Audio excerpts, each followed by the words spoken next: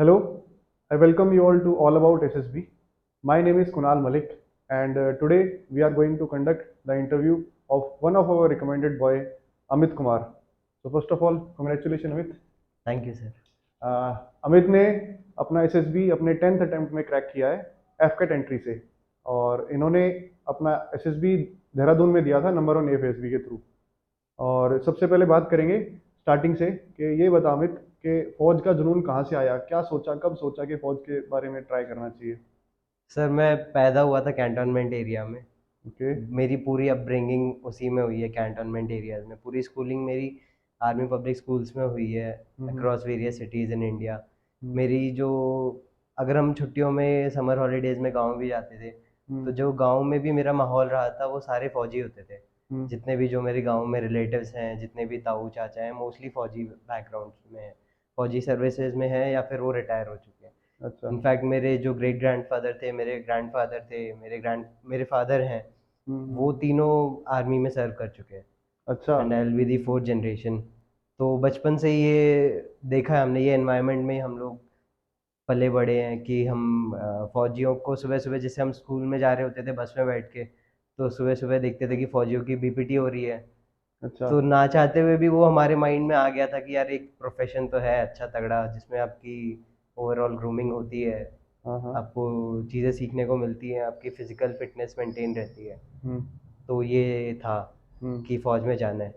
Okay. Particularly कब decide किया, कौन सी क्लास में या कौन से ईयर में डिसाइड किया।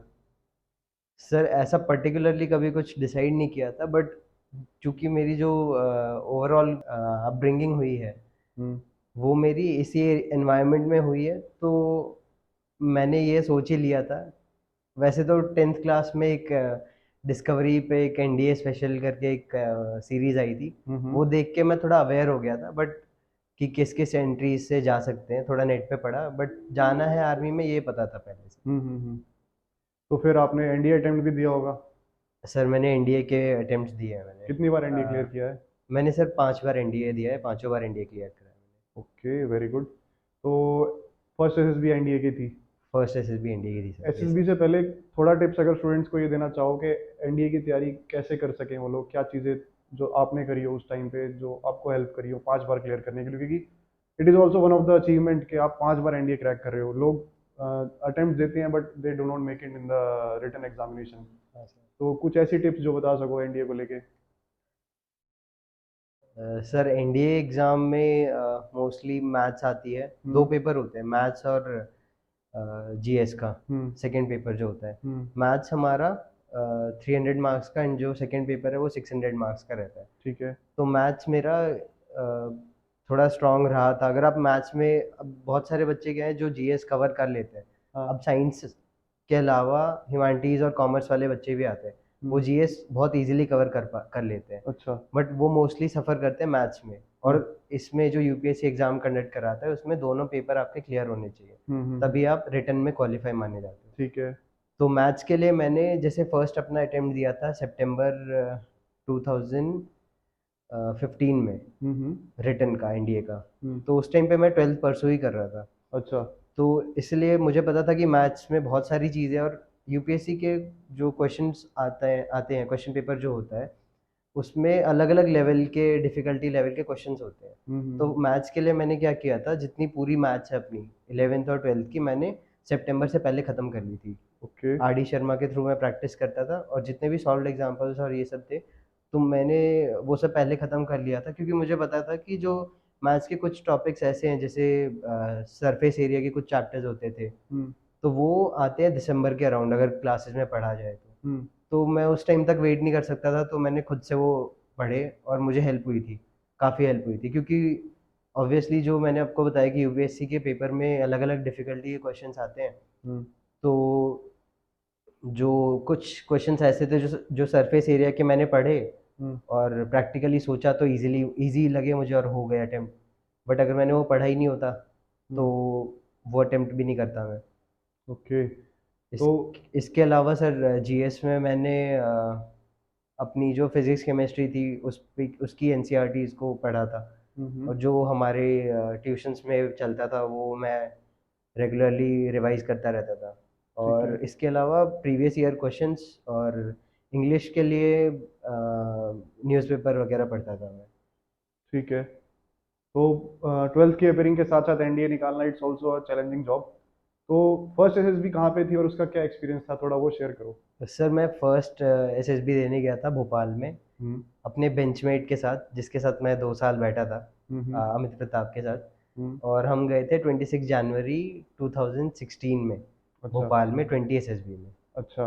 और वहाँ पे जाके हम दोनों गए थे साथ में, same day same same place same board reporting. और हम दोनों ने एसएसबी दी थी। अनफॉर्चुनेटली वो स्क्रीन आउट हो गया था हम्म। एंड मैं कॉन्फ्रेंस तक गया था। एंड उससे पहले मैंने एसएसबी के लिए जो प्रिपेयर करा था वो मोस्टली मार्केट से एक बुक लेकर आया था। And hmm. आई थॉट कि वो पढ़ लेते हैं कि हम्म। हर एक थोड़ा इसके एसएसबी जो इंटरव्यू होता है उसके प्रोसेस के बारे में पता चल जाएगा। बट वो इतना हेल्पफुल लगा नहीं मुझे जितना वहाँ जाके जो रियलिटी में दिखा, तो थोड़ा डिफरेंस था उसमें। अच्छा। तो क्या क्या डिफरेंस देखा, क्या रहा, मतलब थोड़ा अगर ग्लिम्स में बता पाओगे क्या कमियां थी, क्या इम्प्रूव कर सकते थे उस अटेम्प्ट में।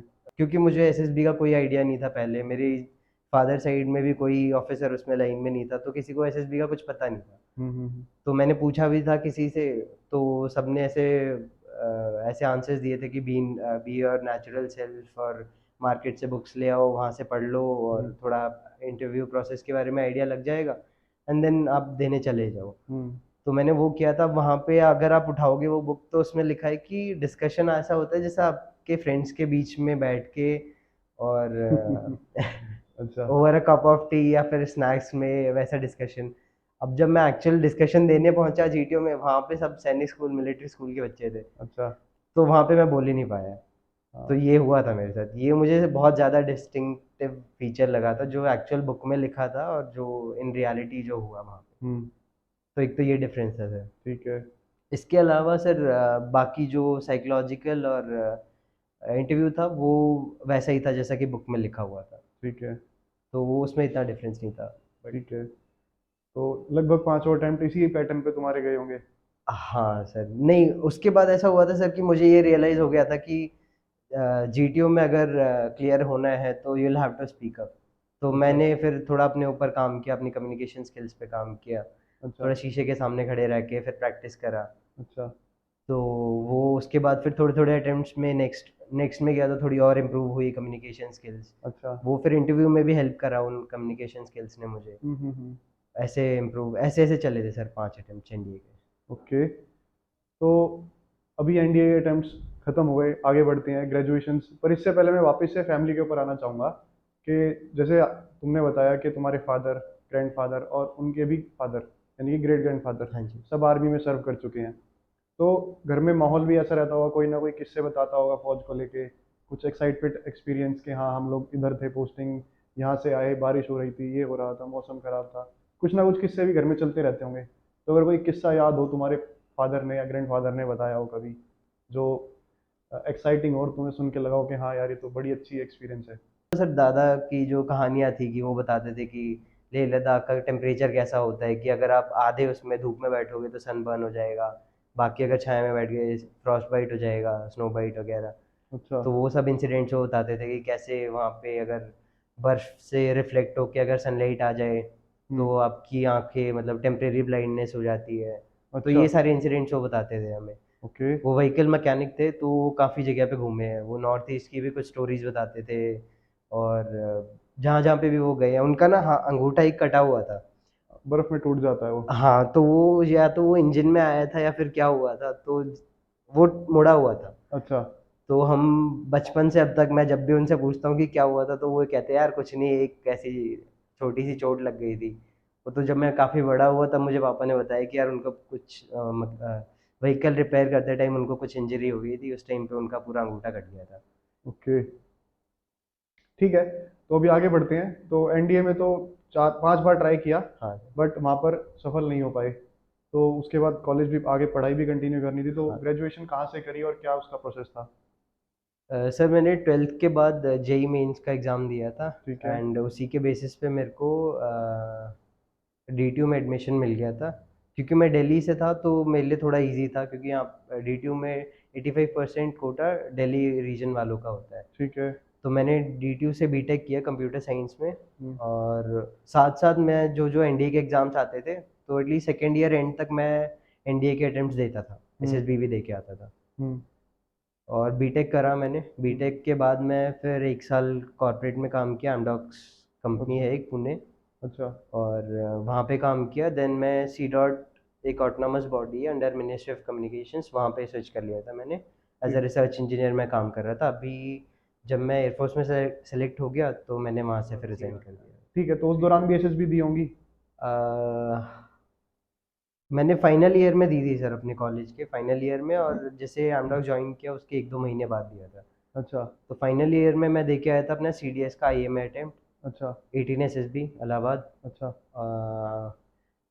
सेम रिजल्ट रहा था, मैं कॉन्फ्रेंस आउट हो गया था। और उसके बाद मैं नवंबर में, ये कोविड से 1-2 हफ्ते पहले की बात है, ओके, और उसके बाद फिर मैं गया था एफकेट एग्ज़ाम देने, एफकेट की एंट्री देने, गांधीनगर में, अच्छा, 3FSB गांधीनगर, नवंबर 2020 में। अच्छा।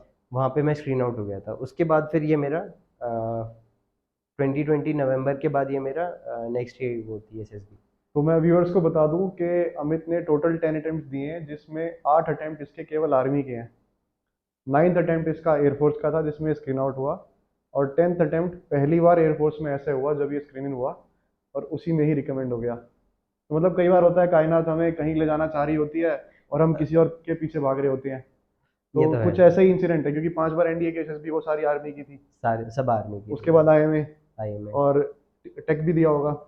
टीएस एंट्री दी है 2 बार। हाँ, टीएस दिया तो वो भी आर्मी। हाँ लेकिन लेके कहीं और जाना चाहती थी किस्मत, तो वो एयरफोर्स में हो गया। तो बैकग्राउंड सारा आर्मी का, अभी एयरफोर्स में।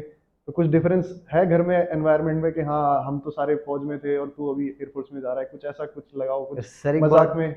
एक बहुत पेक्यूलियर इंसिडेंट बताता हूँ आपको हाँ, कि फादर हम जैसे मैंने बताया कि मेरे जितनी भी जनरेशन्स थी वो आर्मी में रही हैं, कैंट एरिया में रहे हैं हम सारे, हम्म, वहीं पे खेलते थे, वहीं पे पले बड़े। तो हमारे घर पे ना आर्मी पोस्टल सर्विस के कैलेंडर्स होते थे। हम्म, तो अब तक हमारे घर पे, जब तक फादर रिटायर नहीं हुए थे, तो हमारे घर पे एपीएस के कैलेंडर्स ही आते थे। हम्म, एंड जिस दिन मैं रिकमेंड हुआ था उसके 2 वीक्स बाद जब मैं जैसे वापस आया घर पे, तो उसके 2 वीक बाद मैंने अपने फादर के रूम में जाके एक बार ऐसे ही देखा, तो मैंने देखा कि पापा ने एक एयरफोर्स का कैलेंडर ला के रखा हुआ है।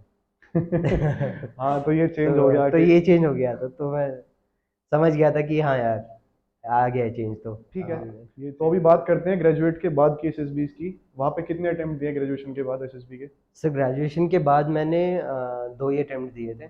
अच्छा, एक एफकेट का जिसमें स्क्रीन आउट हो गया था नवंबर 2020 हाँ। गांधीनगर में जो था, एंड देन ये सेकंड था ग्रेजुएशन के बाद। तो ग्रेजुएशन कौन से ईयर में कंप्लीट हुई थी? मेरी सर 2020 में ख़त्म हो गया था। 2020 मतलब लॉकडाउन के आसपास? लॉकडाउन में दिए थे सर मैंने। लॉकडाउन में ग्रेजुएट हो गया था। Yes sir. तो उसके बाद 2 साल क्यों एसएसबी नहीं दी?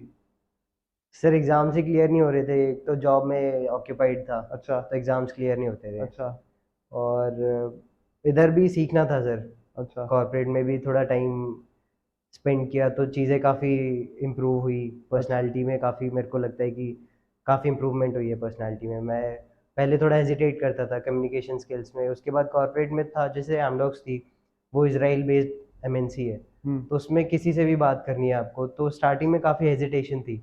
हम्म, और जैसे जैसे धीरे और उसमें टाइम स्पेंड किया तो काफ़ी हेजिटेशन होती थी कि यार इसको कैसे अप्रोच करें। और ऊपर से हमने ज्वाइन किया था work from home covid time, hmm, तो पर्सनल टच कुछ था ही नहीं, हम्म, तो वो हेजिटेशन रहती थी। धीरे धीरे उसको ओवरकम किया हम्म, और अपने आप पे और थोड़ा काम किया, तो फिर कम्युनिकेशन स्किल्स वाला वो पार्ट था, वो काफ़ी हद तक रिजॉल्व हो गया था। अच्छा, तो यहाँ पे भी मज़ा आ रहा था सर, बढ़िया चल रहा था यहाँ पे। और हम्म, पेपर एग्जाम्स क्लियर नहीं होते थे, इस हम्म, वजह से एसएसबी भी नहीं दे रहा था। अच्छा। तो थोड़ा मन में ये भी आ गया होगा कि अब तो फौज के सपने कम होते जा रहे हैं। जो पहले से प्लान था कि फौज में ही जाना है, वो थोड़ा थोड़ा डिमिनिश होता जा रहा है। थोड़ा थोड़ा लगता था सर, हाँ, but back of the mind तो था कि हाँ यार, जैसे क्लियर होगा एग्जाम तो मैं जाऊँगा ज़रूर। जाऊंगा। ठीक है। तो उसके बाद प्रयास भी किया एफ कैट एंट्री में, बट स्क्रीन आउट। हाँ सर।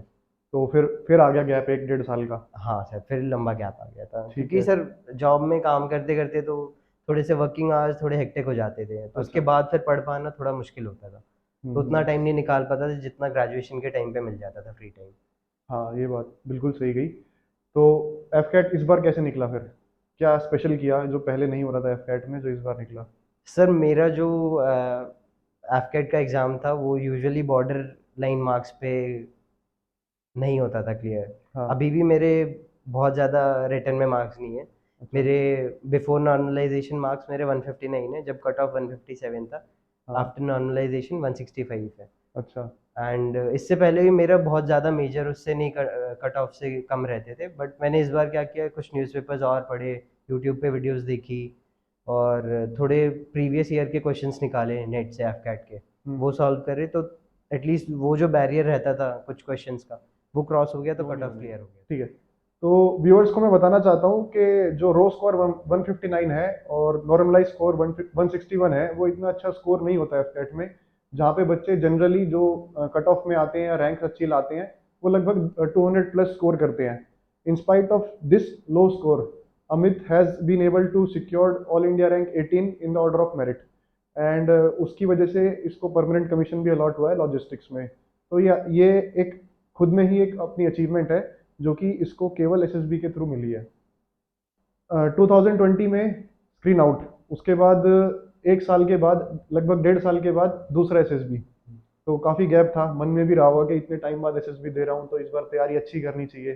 तो इस बार क्या स्पेशल था और कैसे अप्रोच करा इस बार एसएसबी को?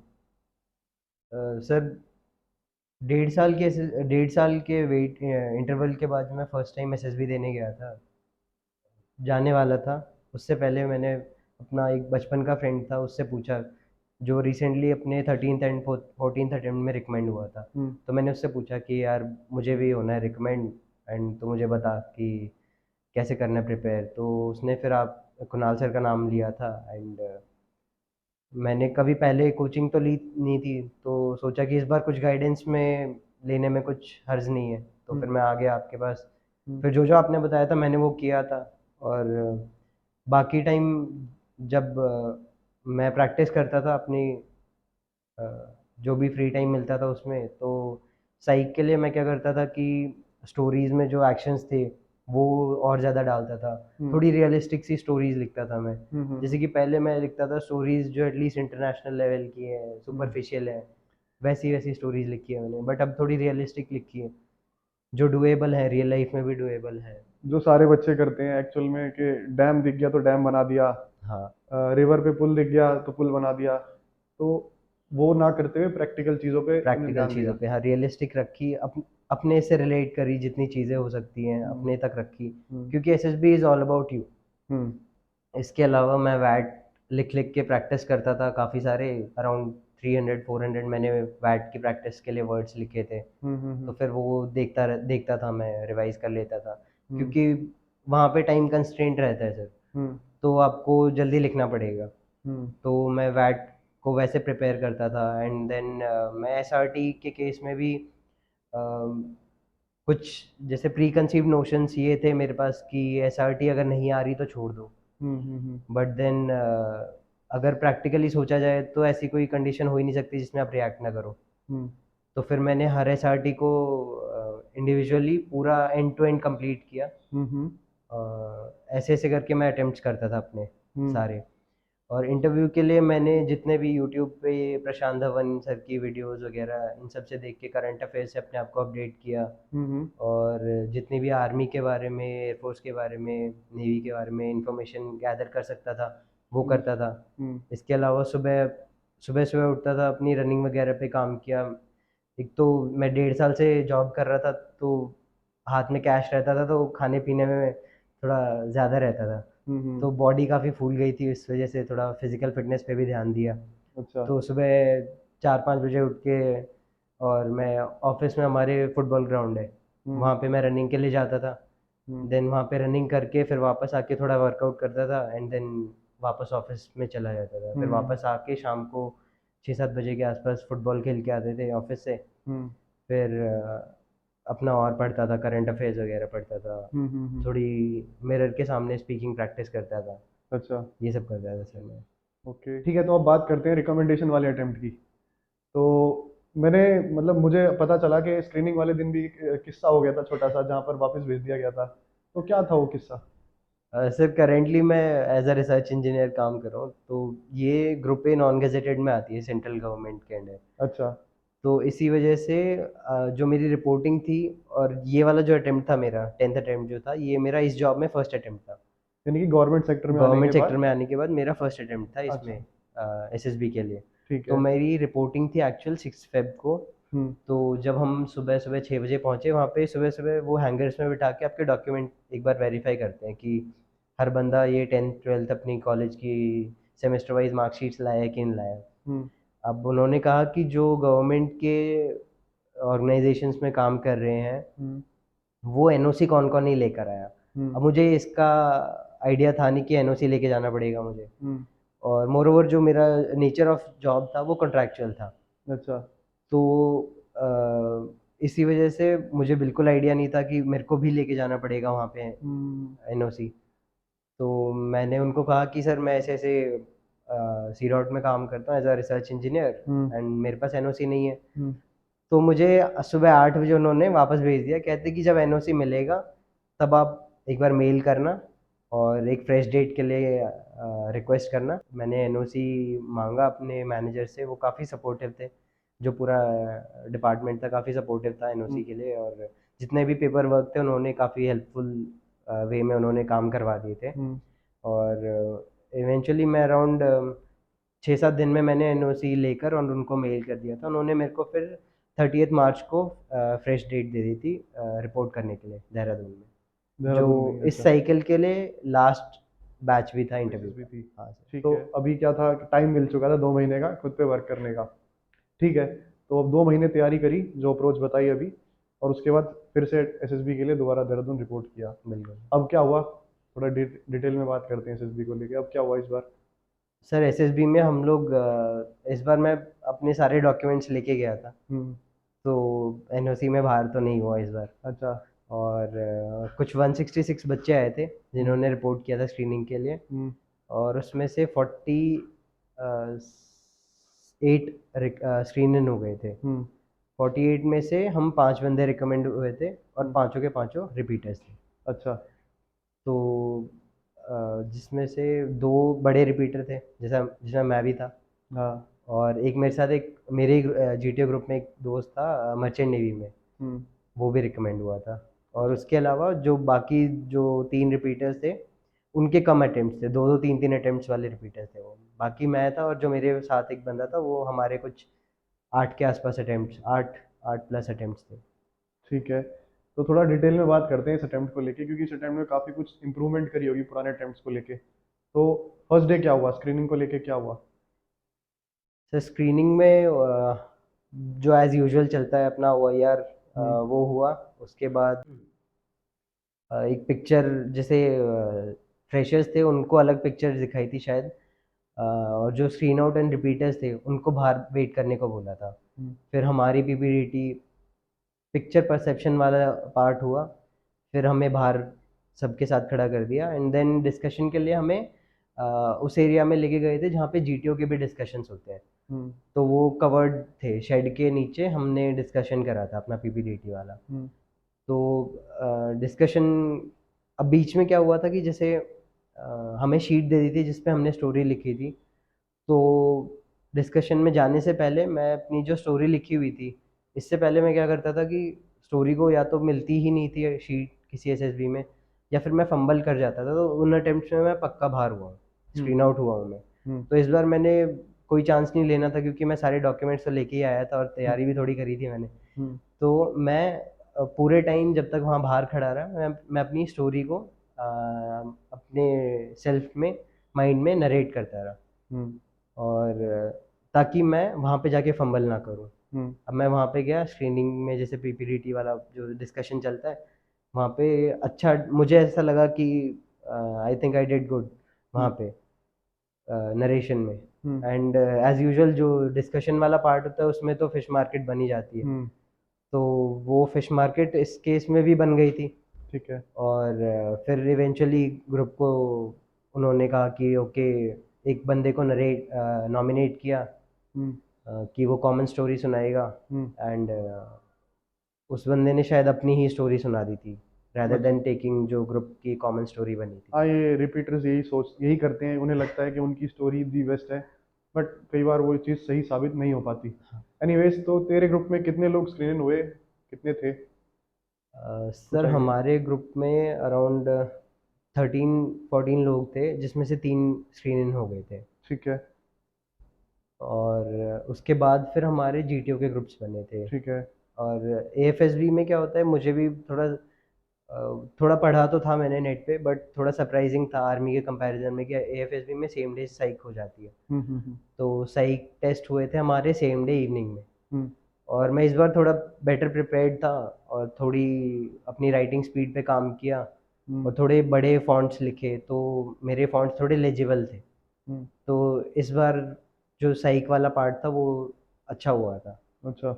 और उसके बाद साइक के बाद हमसे पीआईक्यू भरवाया गया था, तो मेरी जो रनिंग हैंड राइटिंग में जो राइटिंग है वो काफ़ी गंदी है। हम्म। तो मैं पीआईक्यू पूरा कैपिटल्स में भर रहा था। हम्म। एंड जो हमारी साइकोलॉजिस्ट मैम थी वो काफ़ी हेल्पफुल थी वो मैम। हम्म।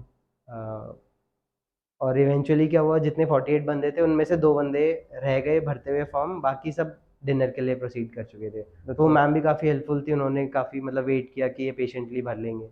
अच्छा। फिर हमने वो हैंड ओवर करके एंड हम भी डिनर अच्छा, के लिए कुछ प्रोसीड इंसिडेंट भी कर हुआ गए। था शायद, मुझे लग रहा है वहाँ पे, जब तुम लेट हो गए थे 2 लोग, जब तुम सबमिट करने से पहले वो।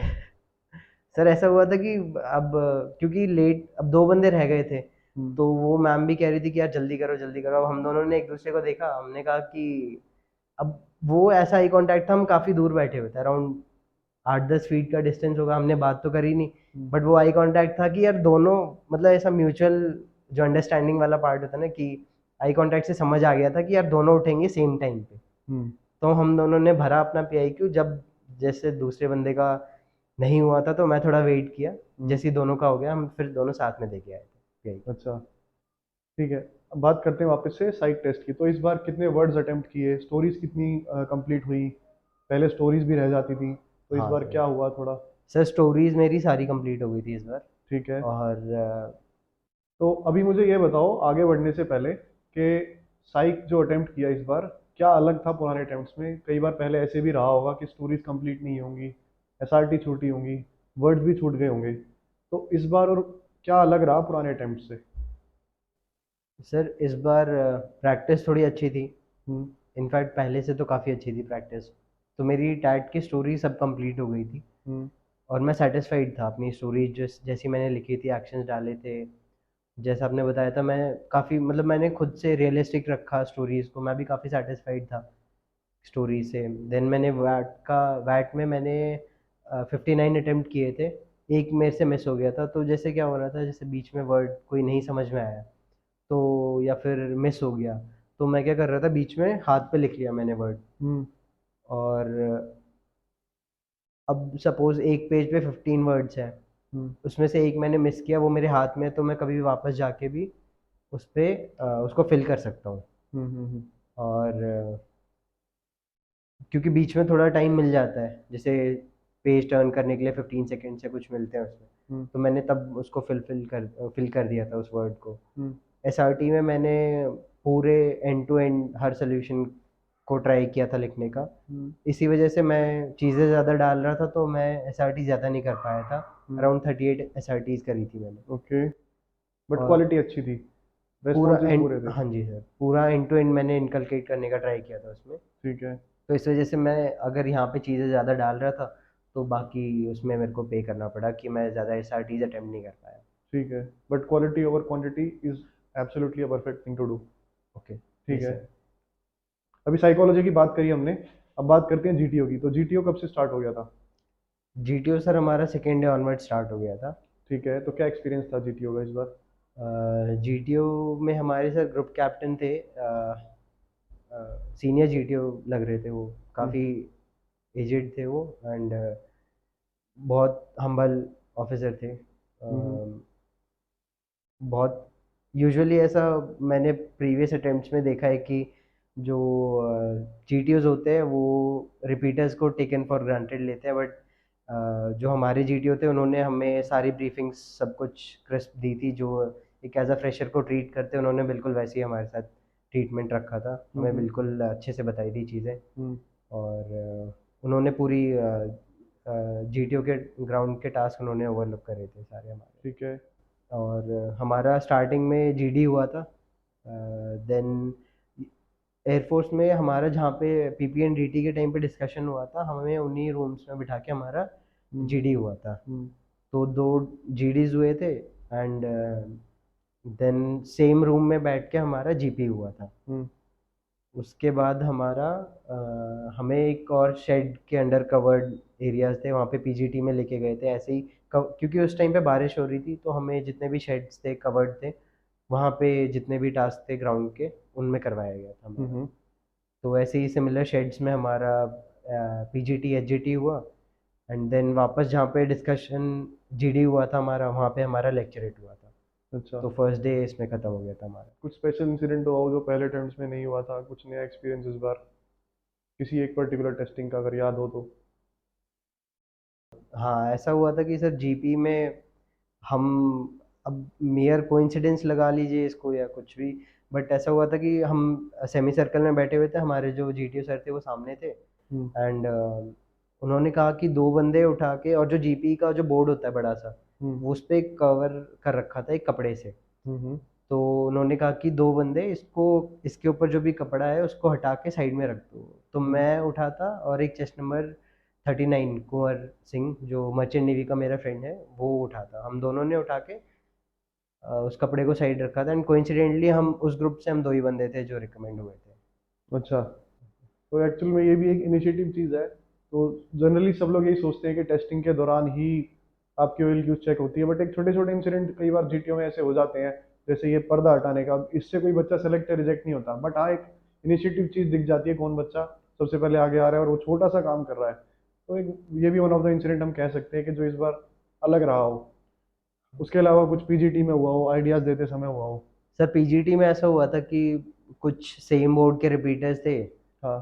तो ऐसा हो गया था कि वो स्ट्रक्चर से कुछ टाइम पहले ही आए थे, तो वो थोड़े स्ट्रक्चर्स के रिगार्डिंग थोड़े ज़्यादा अवेयर थे, तो अच्छा। इस वजह से वो हल्का ग्रुप में डोमिनेट कर रहे थे, तो आगे आगे वही लीड कर रहे थे। बट जहाँ जहाँ पे मेरे को आइडिया लगा, मैंने वहाँ पे अपने आइडियाज़ इम्प्लीमेंट करवाए, मैंने हेल्प करी लोगों की, हम्म। और अपना कंट्रीब्यूशन दिया था सर मैंने। कई बार क्या होता है, देहरादून बोर्ड दिल्ली एनसीआर के सबसे पास वाला बोर्ड है हाँ सर। एयरफोर्स का, तो जितने भी नोएडा गुड़गांव के बच्चे हैं जो जॉब कर हाँ। रहे हैं, और ड्यू टू लैक ऑफ छुट्टी वगैरह की वजह से हम्म। वो यही बोर्ड चूज करते हैं। तो उनको आदत पड़ जाती है, वो स्ट्रक्चर देखते ही बता हाँ, देते हैं वो कि ऐसे ही इसका होता ऐसे है। होगा, इसको पहले अगले वाला ऐसे होगा, अगले वाला हाँ। ऐसे होगा। तो इस वजह से कई बार वो डोमिनेट भी कर जाते हैं, क्योंकि उनको सब याद रहता है। हाँ सर, ऐसा हुआ था कि मतलब हाँ। लास्ट तक वो, एटलीस्ट पीजीटी में ऐसा हुआ था कि जो 2-3 रिपीटर्स थे वो सेम बोर्ड के थे, सेम ऑब्स्टिकल्स पे ही उन्होंने शायद 3-4 महीने पहले ही कुछ एंट्री दी थी, अच्छा। तो उनके लिए वो ज़्यादा अवेयर थे, और ज़्यादा उन पे प्रैक्टिस हो गई थी उनकी, तो वो तो थोड़ा इजीली कर। डोमिनेट कर गए थे वो अच्छा ग्रुप में। अच्छा। लेकिन वहाँ पर अपने साथ ऐसा कुछ नहीं हुआ, हमने रिलैक्स रह के काम किया। हाँ, मैंने जितने जहाँ जहाँ पे मुझे आइडियाज़ मिले मैंने अपने लगाए, और मैंने जितनी बाकी लोगों की हेल्प करी। इवेंचुअली वो ग्रुप टास्क था सर, आगे बढ़ना था सबको, तो जहाँ हाँ। जहाँ पे मैं आइडियाज़ नहीं दे पा रहा था मैं अपना काम करवा रहा था, ठीक है। हेल्प कर रहा था लोगों की। ठीक है। उसके बाद हाफ ग्रुप टास्क। अब क्योंकि सर मैं पीजीटी में कम आइडियाज़ दे पाया था, तो मुझे एचजीटी में अपने आइडियाज़ देने थे, तो हाँ। हम हाफ ग्रुप में स्प्लिट हो गए थे, और जो जितने भी उस बोर्ड के रिपीटर्स थे वो इस हाफ ग्रुप में नहीं आए थे, अच्छा। तो इसलिए मैं जितने भी आइडियाज़ थे मैंने, जैसी जीटीओ सर ने हमें गो अहेड दिया, तो मैं अपने आइडियाज़ से इम्प्लीमेंट करवा के, और बाकी अपने फ्रेंड्स की हेल्प लेके हमने सबने अपना जो टास्क था वो कंप्लीट कर दिया था। ठीक है। उसके बाद हाफ ग्रुप टास्क के बाद? उसके बाद सर हमारा लेक्चरेट हुआ था, अच्छा। तो लेक्चरेट में सेम शेड के अंदर हुआ था वो भी, जहाँ पे हमारे डिस्कशन टेस्ट हुए थे, जीडी हुए थे, जीपी हुआ था, तो वहाँ पे भी अ, एवरेज सबको, हाँ, परफॉर्मेंस। एवरेज, काफ़ी एवरेज परफॉर्मेंस थी, क्योंकि मेरे पास जो जो मैंने स्लिप उठाई थी उसमें 4 टॉपिक थे। हाँ। एक था स्टूडेंट पुलिस कैडेट, एक था क्रॉनी कैपिटलिज्म, हम्म। एक था बायोपिक, एंड एक था यूनिवर्सिटी। अब मुझे हंसी आ रही थी कि मुझे चारों पे भी कुछ नहीं आता, अच्छा। तो मैं फिर यूनिवर्सिटी जो थोड़ा जेनरिक सा टॉपिक है वो उठाया, और हम्म, फिर मैंने थोड़ा बताया उसके बारे में कि यूनिवर्सिटी कैसे स्कूल से अलग होती है, और वहाँ पे जाके बच्चे क्या क्या क्लब्स में एक्सप्लोरेशन कर सकते हैं चीज़ें, वहाँ पे जाके क्या क्या उनको डायमेंशंस आगे फर्दर उनकी एरिया जिसमें उनको जॉब चाहिए, उनके प्रोफेशनल कोर्सेज मिलते हैं उनको यूनिवर्सिटीज़ में। ठीक है। बट मेरा पूरा 3 मिनट नहीं चला था, तो मैं थोड़ा अनसेटिस्फाइड था वहाँ पे लेक्चरेट में। अच्छा अच्छा, ठीक है। तो GTO डे 1 खत्म हो गया। हाँ सर। तो उसके बाद डे 2 की बात करते हैं, उसमें क्या रहा? सर डे 2 में हमारा जितने भी लोग थे सबका इंडिविजुअली कमांड टास्क हुआ था, हम्म। और मुझे 3 लोगों ने बुलाया था अपने एज ए सबॉर्डिनेट। हम्म। और मैं जब गया था अपना आइडिया इम्प्लीमेंट करने, जब मेरा मुझे जीटीओ सर ने बुलाया था, तो जो आइडिया मैं लगाना चाह रहा था वो लगा नहीं, तो जीटीओ सर ने मुझे काफ़ी टाइम भी दिया था, फिर भी नहीं हुआ। तो फिर उन्होंने मुझे हिंट्स दिए थे और काफ़ी हेल्प करी थी उन्होंने कि आइडियाज़ ऐसे करो ऐसे करो। तो जैसे जैसे उन्होंने बताया था, और मैं बहुत जल्दी ग्रैब कर लिया था जो वो हिंट्स और आइडियाज़ दे रहे थे, मैंने ग्रैब करके इम्प्लीमेंट करा था अपने सबॉर्डिनेट्स की हेल्प से। हम्म। और जो उन्होंने एक आइटम रिट्रीवल का वो दिया था मेरे को, एक कैन था इतना बड़ा, हम्म। उन्होंने कहा था कि लास्ट में रखा हुआ था, जैसे स्टार्टिंग लाइन थी फिनिशिंग लाइन थी, हम्म। वो एकदम एंड फिनिशिंग लाइन के आसपास रखा हुआ था, तो हमें एक ब्रिज बना के वहाँ तक जाना था, उसको जो ऑब्जेक्ट था उसको रिट्रीव करके वापस लाना था। तो हम्म। मैं जैसे जैसे सर ने बताया था वैसे ब्रिज बन गया था, जैसे ब्रिज बना तो मैं गया उस पर, मैंने अपने सबॉर्डिनेट को कहा कि वो उसको थोड़ा स्टेबल करने के लिए पकड़ के रखे, आगे उस पर चल के गया, मैं जो ऑब्जेक्ट था उसको रिट्रीव किया और अपने सबॉर्डिनेट को हैंड ओवर कर दिया था। ठीक है। और ऐसे ही चला था सर कमांड टास्क हमारा। ठीक है। Final group task. Final group task sir, अब तक सब मोस्टली बच्चे ठंडे पड़ चुके थे सर। अच्छा। तो जो यूजुअली पहले काफ़ी आइडियाज़ दे रहे थे वो उतने आइडियाज़ नहीं दे पाए इस बार। तो हम्म। फिर मुझे थोड़ा विंडो मिला, तो फिर मैंने फिर अपने आइडियाज़ दे के और लोगों को हेल्प करी, हम्म। और इम्प्लीमेंट करके पूरे ग्रुप के साथ अपना FGT कंप्लीट। GD के बारे में बताओ, GD में क्या रहा इस बार? जो SSB में GTO डे 1 में GD था, हम्म। GD के बारे में बताओ। सर हमें फर्स्ट जीडी के टाइम पे तो चॉइस मिलती है एज़ यूजुअल, तो जीडी एज़ यूजुअल जैसा अपना बाकी एसएसबी में चलता है वैसे ही चला था। बट इस बार कुछ हमारे फ्रेंड्स थे जो ज़्यादा इक्विप्ड थे डेटा के साथ, तो जैसे चॉइस आई कि Indo China versus higher education वाला एक टॉपिक था। तो कुछ लोग थे कि इंडो चाइना उठाते क्योंकि उनके पास डेटा था उसके बारे में। अब जो हायर एजुकेशन है वो थोड़ा नॉर्मल टॉपिक है, जो ऐसा हम daily day to day life में ऑब्जर्व करेंगे तो हमें चीज़ें समझ आ जाएंगी। तो क्योंकि एक दो लोग वैसे थे और मेजॉरिटी ग्रुप इसके साथ जा रहा था, एजुकेशन वाले के साथ, तो फिर मैंने भी इसी के साथ प्रोसीड किया था कि जीडी इस पे हम देंगे सब। ठीक है। और वही सर सब जैसा फिश मार्केट बनता है थोड़ा बहुत बना था, बट यूजुअली ये जो ग्रुप था इस बार जो ग्रुप था काफ़ी अच्छा था, काफ़ी सपोर्टिव था ग्रुप। हम्म। तो इन्होंने काफ़ी हेल्प करी थी, जैसे अगर कोई नहीं भी बोल पा रहा था, कुछ हम्म। लोग थे जो नहीं बोल पा रहे थे, तो फिर हमने उसको भी चांस दिया था। बाकी लोग मतलब कुछ प्रॉम्प्ट कर रहे थे कुछ लोग कि हम्म। यार इसने नहीं बोला है तो इसको भी बोलने दो। अच्छा। बट बना था सर, फिश मार्केट बना था, स्टार्टिंग के कुछ मिनट्स तक तो बना था, हम्म। फिर उसके बाद हो गया था। ठीक है। तो अब बात करते हैं इंटरव्यू की। तो इंटरव्यू कैसा रहा इस बार? क्या एक्सपीरियंस था इंटरव्यू का? और बताया था कि इस बार काफ़ी सीनियर इंटरव्यू अफसर थे जो जिन्होंने इंटरव्यू लिया, तो क्या एक्सपीरियंस था उनके साथ?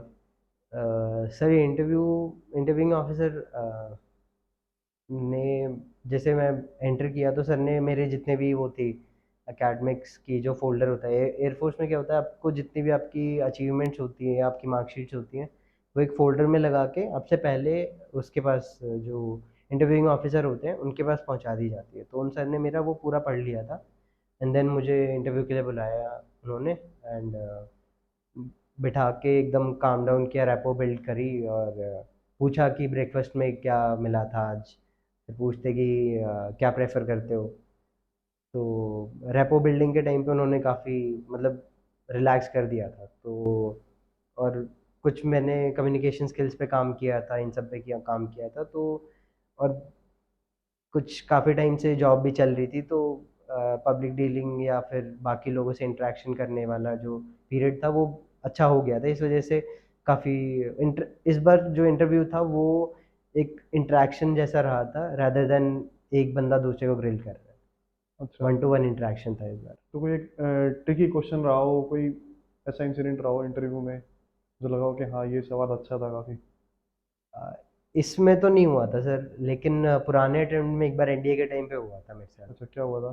अ, वो क्वेश्चन मुझे आज तक मुझे याद है सर, वो कि जैसे सामने इंटरव्यूइंग ऑफिसर थे, मैं इधर, मेरे एक साइड में पानी था और दूसरी साइड में एक स्टूल पे एक स्टेशनर, एक प्लेट में, छोटी प्लेट में स्टेशनरी के आइटम्स थे। हम्म। तो वो शायद मेरा सेकंड अटेम्प्ट के टाइम पे इलाहाबाद 14 एसएसबी में। हम्म। तो सर ने कहा कि कोई भी एक स्टेशनरी आइटम उठा लो। हम्म। तो मैंने कहा कि ठीक है, फिर मैंने देखा उस पे प्लेट की तरफ, मैंने एक रबर उठा लिया। फिर कहते कि okay what have you picked. मैंने कहा कि sir I have picked a rubber eraser. तो कहते okay, and without looking at the at the plate, मुझे बताओ कि उस प्लेट में और क्या क्या चीज़ें थी। तो फिर मैंने कहा कि सर उसमें एक पेंसिल थी, स्केल था, ये था, दो तीन चीज़ें उसमें जितनी थी मुझे याद आई, तो मैंने वो बताई। और कुछ एक का मेरे को डाउट था, स्टिकी नोट्स वगैरह, तो मैंने कहा सर शायद से ये भी था। फिर उन्होंने कहा अच्छा ठीक है, अब रबर के यूजेस बताओ। तो मैंने रबर के यूजेस बताए कि सर ऐसे, क्योंकि वो जो रबर था वो काफ़ी लंबे वाला था। मैंने कहा कि सर अगर स्केल नहीं है तो स्ट्रेट लाइन ड्रॉ करने के काम आ जाएगा, कुछ लिखा हुआ है, गलत लिखा हुआ है तो मिटाने के काम आ जाएगा। अगर पेन वो है, अगर आप रबर को वो हल्का सा पानी में डिप करके अगर वो करते हो ना, तो हल्के हल्के पेजेस को वो कर देता है, करोड कर देता है, तो आपका जो हम्म। पेन से लिखा हुआ है ना वो भी निकल जाता है। हम्म। तो मैंने वो बताया। फिर कहते कि और क्या यूज़ है। मैंने कहा कि सर जैसे फ्रेंड दूर बैठा है तो उसको मारना है या फिर बुलाना है, चिल्ला नहीं सकते तो उसको रबर फेंक के मारो। तो फिर वो हंसने लग गए। फिर कहते कि अच्छा, और फिर मैंने कहा कि सर अगर दो सरफेसेस के बीच में ग्रिप बनानी है तो भी बन सकता है, उसके बीच में रबर डाल दो तो बन जाएगी ग्रिप। हम्म। और फिर कहते और क्या यूज़ है। मैंने कहा कि सर इसको मेल्ट कर देंगे तो थोड़ा बहुत कागज़ वागज़ चिपक जाएगा। तो कहते हैं कि अच्छा ठीक है, अब वापस रख दो वो इरेज़र। तो मैंने, अब मैं इतने यूजेस सोच चुका था तो माइंड मेरा उसी डायरेक्शन में था। अब जैसे ही मैंने रखा, मैंने फटाफट रखा, मैं ऊपर देखने लग गया। कहते कि अब मुझे वो आइटम्स बताओ जो तुमने फर्स्ट टाइम में मिस कर दिए थे, जो प्लेट में थे एक्सेप्ट इरेज़र। हम्म। तो वो मेरे लिए वो बिंगो वाला मोमेंट था कि यार देखना चाहिए था, एक एक टाइम मिला था जब गलती सुधारने का, तो एटलीस्ट उसको सुधारना चाहिए था। हाँ, तो ये ऑब्जर्वेशन की हाँ, चीज़ है, हाँ presence of sir, mind work होती है यहाँ हाँ पे। सर। ठीक है। तो अच्छा, इस इंटरव्यू में कोई ऐसा सवाल जिससे लग गया हो कि हाँ अभी मैं ठीक जा रहा हूँ, या मुझे शायद इंटरव्यू अफसर पास कर सकता है? सर पता नहीं ये सबके साथ हुआ था कि नहीं हुआ था, बट जैसे इंटरव्यू ख़त्म हुआ था तो जो हमारे इंटरव्यूइंग ऑफिसर थे वो काफ़ी सीनियर थे, और मतलब फादरली फिगर टाइप लग रहे थे मुझे, तो उन्होंने काफ़ी ब्लेसिंग्स दी थी। इनफैक्ट मेरे बाद भी एक बच्चा उनके पास गया था इंटरव्यू देने के लिए, मेरे से जो नेक्स्ट चेस्ट नंबर था वो भी वहीं गया था इंटरव्यू देने के लिए। And equally same amount of blessings उन्होंने भी दी, उनको उसको भी दी थी। बट जब उन्होंने ब्लेसिंग्स दी थी तो मुझे लगा कि यार, उन्होंने ऐसे कहा कि whichever field you go in you may excel and all the very best wishes. उन्होंने 5-10 मिनट तक काफ़ी सारी विशेज़ दी थी, तो आई वॉज़ हैप्पी कि इंटरव्यू अच्छा हुआ है। तो अभी बात करते हैं कॉन्फ्रेंस की। हाँ। कॉन्फ्रेंस, अब तो लास्ट डे है कॉन्फ्रेंस। अभी तक कौन पानी में है कौन हवा में है सब पता चल जाएगा। तो क्या लग रहा था कॉन्फ्रेंस से पहले? सर हमारे कॉन्फ्रेंस से पहले हमारी कॉन्फ्रेंस बाहर हुई थी सर, शेड में हुई थी। क्यों? जो हैंगर्स होते हैं ना, जहाँ पे हमारे जीटीओ ग्रुप में 2 बंदे कोविड पॉजिटिव आ गए थे सर, अच्छा। कॉन्फ्रेंस वाली सुबह। ओके। तो क्या हुआ कि फोर्थ डे ऑलमोस्ट 2 बंदे काफ़ी बीमार हो गए थे। हम्म। उनको फीवर हो गया था और बहुत तेज़ हेडेक हो गया था। हम्म। तो उन्होंने कहीं से अपनी पैरासीटामॉल से अरेंज करी और वो खा ली, बट फिर भी नहीं हो रहा था उनका फीवर कम। हम्म। तो मैं था और एक और फ्रेंड था हमारे साथ। तो हमने क्या किया, इन दोनों लड़कों की हमने पट्टी करना स्टार्ट कर दिया हम्म। कि एटलीस्ट इनका फीवर कंट्रोल में आ जाए। हम्म। अब हमने क्या किया, अब वहाँ पे चिल्ड वाटर का वो था, हम्म। इतना पानी का 20 लीटर्स का वो वाटर कूलर टाइप में, वहाँ से मग में भर भर के लाए और अपना हैंकी उसमें डिप किया। और मेरा जो 2-3 मेरे पास हैंकी थे पर्सनल, मैंने वो भी उसमें डिप कर दिए ताकि एक पलट के दूसरा लगाते रहे। फिर एक का तो मैं कर रहा था, दूसरे का कोई और कर रहा था। तो उसका एक अमित था हमारे साथ, उसकी मैंने पट्टी कर दी थी कि एटलीस्ट उसका फीवर कम हो जाएगा। तो फिर क्योंकि ऑलमोस्ट 4th डे था सर, हमारा नेक्स्ट डे कॉन्फ्रेंस ही बच रही थी, तो हमें भी लगा कि यार अपने साथ का लड़का है तो बीमार नहीं होना चाहिए। तो फिर हमने पट्टी वट्टी करी, तो उसका थोड़ा उसने पैरासीटामोल वगैरह टैबलेट्स ले ली, तो थोड़ा हेडेक कम हो गया, फीवर भी थोड़ा कम हो गया था। नेक्स्ट डे क्या हुआ, सुबह सुबह हम लोग तो बस ऐसे ही बैठे हुए थे, वो कहते यार मेरा हेडेक नहीं जा रहा। दोनों बंदे वो एमआई रूम गए और दवाई लेने के लिए। तो हुआ क्या कि वहाँ पे उन्होंने कहा कि जो नर्सिंग असिस्टेंट थे शायद, उन्होंने कहा जस्ट फॉर सेक आप एक रैट टेस्ट ले लो। तो जैसे ही उन्होंने अपने अपने सैंपल्स दिए, तो उन्होंने रैट टेस्ट देखा कि ये पॉजिटिव आए दोनों। वहाँ पे जो नर्सिंग असिस्टेंट थे या जो भी थे स्टाफ, सब ने अपने मास्क लगा लिए, तो वो समझ गए कि यार हम कोविड पॉजिटिव है। तो इसी वजह से हमारा पूरा जो जीटीए ग्रुप था, इसके लिए पूरे जितने भी बोर्ड मेंबर्स थे उनको बहुत तकलीफ उठा के बाहर बैठना पड़ा था हमारी वजह से। अच्छा। तो हमारी साइड में हुई थी कॉन्फ्रेंस। ठीक है। तो और कॉन्फ्रेंस में क्या एक्सपीरियंस था, क्या कॉन्फ्रेंस में जाने के बाद सारे ऑफिसर्स बैठे हैं यूनिफॉर्म में तो? हाँ सर, वो तो सर मतलब ऐसा लगता है कि अ, एक एक रूम के अंदर बहुत सारे, जहाँ पे आप सेलिब्रिटीज बिठा दो, मुझे तो हर बार वैसा लगता है, क्योंकि यूनिफॉर्म में जितने भी ऑफिसर्स दिखते हैं हम्म। वो सब सेलिब्रिटी से कम नहीं लगते मेरे को। हाँ। तो मुझे तो वैसे ही लग रहे थे सर। हाँ। आर्मी की कॉन्फ्रेंसेज होती थी तब भी सब सेलिब्रिटी लगते थे, अब भी सब सेलिब्रिटी लग रहे थे। हम्म। तो अब गए थे हम सब, और एक एक करके बुलाया उन्होंने। हम्म। और अब मेरे से पहले क्या हुआ कि मेरे से जो जस्ट पहले चेस्ट नंबर था, मेरा 46 था, तो जो 45 था वो कोविड पॉजिटिव था। तो उसकी चेयर जो लगी हुई थी वो चेयर चेंज हुई है, और थोड़े बहुत ओरिएंटेशन वगैरह चेंज हुई थी मेरे से पहले। तो सबको लगा कि यार ये तो बॉर्डरलाइन केस है, और इसका पक्का डिस्कशन लंबा चल रहा है। और मैं बाहर खड़ा हुआ था आराम से अपना, वो आगे चेयर वगैरह चेंज कर रहे थे। सब कहते भाई तेरे से क्या पूछा क्या पूछा। मैंने कहा यार ये हुआ था वहाँ पे। कहते अच्छा। तो फिर वहाँ पे एयर कोमोडोर थे शायद, अमित वर्मा प्रेसिडेंट थे, उन्होंने बिठाया और फिर कुछ क्वेश्चंस पूछे थे स्टे के बारे में और मेरे बारे में। बस इतनी छोटी चली थी मेरी कॉन्फ्रेंस, ज़्यादा नहीं था। छोटी सी थी। हाँ सर। ठीक है, कोई ट्रिकी क्वेश्चन? एक क्वेश्चन पूछा था सर उन्होंने, क्या? कहते कि तुम आर्मी एरियाज में रहे हो, हम्म। वहीं पे अपब्रिंगिंग हुई है तुम्हारी, हम्म। और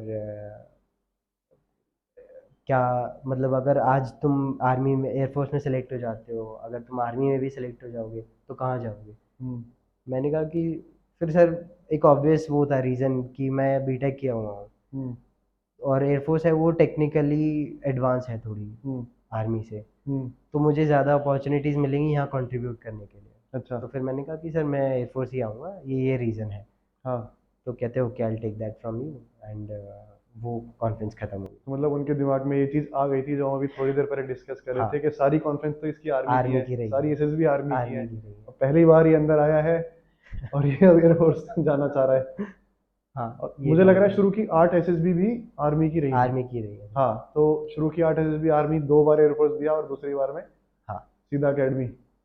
ओके, तो ये था एसएसबी का किस्सा। हाँ सर। ठीक है। तो काफ़ी कुछ चेंजेस किए 10 अटेम्प्ट्स में, काफ़ी कुछ सीखा होगा। हाँ तो सर। अगर अपने व्यूअर्स को, अपने अपने जूनियर्स को अगर कुछ एडवाइस करना चाहो, क्या वो कर सकते हैं एसएसबी को लेके तैयारी अभी से, या जो आने वाले अटेम्प्ट्स देने वाले हैं उनको कुछ ऐसे टिप्स अगर आप दे सको? जितने भी एस्पिरेंट्स हैं अभी, वो एक तो अपनी फिजिकल फिटनेस पे ध्यान रखो, क्योंकि सर एक तो कोविड के बाद से सबका थोड़ा फिजिकली फिटनेस वो डाउन चली गई थी। हम्म। तो अपनी फिजिकल फिटनेस पे ध्यान रहेगा तो फिर माइंड भी थोड़ा रिलैक्स्ड ही रहता है। हम्म। और उसके अलावा आप करंट अफेयर्स वगैरह पढ़ो जितने पढ़ सकते हो। हम्म। और अपने बारे में क्वेश्चन जितने, एसएसबी इज़ ऑल अबाउट एक बंदा उसकी पर्सनैलिटी। हम्म। तो अपने बारे में जितना एक्सप्लोर कर सकते हो, वो तभी होगा जितना आप ज़्यादा घूमोगे, जितना आप अपने आप को जितना अलग अलग कंडीशंस में सब्जेक्ट करोगे। हम्म। तो जिससे जिससे नए नए सर्कमस्टांसेस में आप फंसोगे, अब वहाँ पे अपने बारे में और ज़्यादा चीज़ें सीखोगे। हम्म। हम्म। तो यही है सर कि करंट अफेयर्स पढ़ो, अपने अलग अलग इसमें एरियाज़ में खुद को एक्सपेरिमेंट में डालो, ताकि अपने बारे में ज़्यादा पता चले, अपनी पर्सनालिटी बन जाएगी, फिर अपना बस, फिर तो अपना ट्रू सेल्फ दिखाओ वहाँ पे और हो जाएंगे सब क्लियर। ठीक है। तो रिकमेंडेशन के बाद घर पे किसको कॉल किया था सबसे पहले? घर पे सर मैंने दीदी को कॉल किया था, अच्छा और फिर पेरेंट्स को कॉल किया था मैंने। अच्छा अच्छा, तो क्या रिएक्शन था उनका? अ, सर दीदी तो रोने लग गई थी, अच्छा। मम्मी भी रोने लग गई थी, और ओके। पापा कहते कि मुझे तो पता ही था हो जाएगा। ओके ओके, हाँ तो वो ये रहता है कि हाँ पेरेंट्स के अंदर की हर अटेम्प्ट में उम्मीद करते हैं हाँ कि इस बार तो हो ही हाँ जाएगा। हाँ, तो तो पेरेंट्स को था कि यार जाता है, इतनी बार जाता है तो हम्म, हो जाए तो अच्छा है, हो जाए तो हाँ हो अच्छा ही है। जाएगा आपकी हाँ बार। फिर मेरिट आई, हाँ सर। तो मेरिट में उम्मीद था कि इतनी रैंक आ जाएगी? सर मैं बॉर्डर लाइन केस से पास हुआ था, अच्छा। तो मुझे और एसएसबी के मार्क्स पता नहीं चलते एएफएसबी में, हम्म।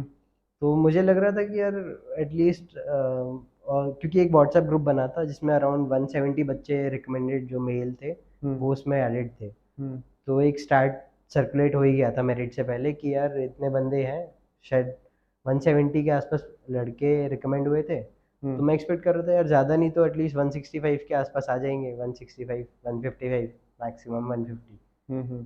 बट रैंक 18 तो मेरे लिए बहुत शॉकिंग था शॉकिंग था। सर, अनएक्सपेक्टेड था सर। तो उस वजह से पीसी भी मिल गया लॉजिस्टिक्स में। हाँ सर। कितनी सीट है लॉजिस्टिक्स में पीसी की? इस बार 5 थी सर। ओके, 5 में से एक। हाँ। हाँ ये सब करो, ठीक है। तो थैंक यू सो मच, तू अपना टाइम निकाल के मेरे पास आया। थैंक और अभी ऑल द बेस्ट फ्यूचर के लिए, दो थैंक यू तारीख से सर। तेरी ट्रेनिंग स्टार्ट हो रही है। Thank you sir. अच्छे से करना ट्रेनिंग, मन बिल्कुल लगा सर। के करना। बिल्कुल और रगड़ा होगा, एंजॉय करना उसको, शुरू के 2 महीने थोड़ा रहेगा टफ, बट बाद में मज़ा आएगा। ठीक ठीक है है, sir. Okay, okay. All the best. Thank you. Okay.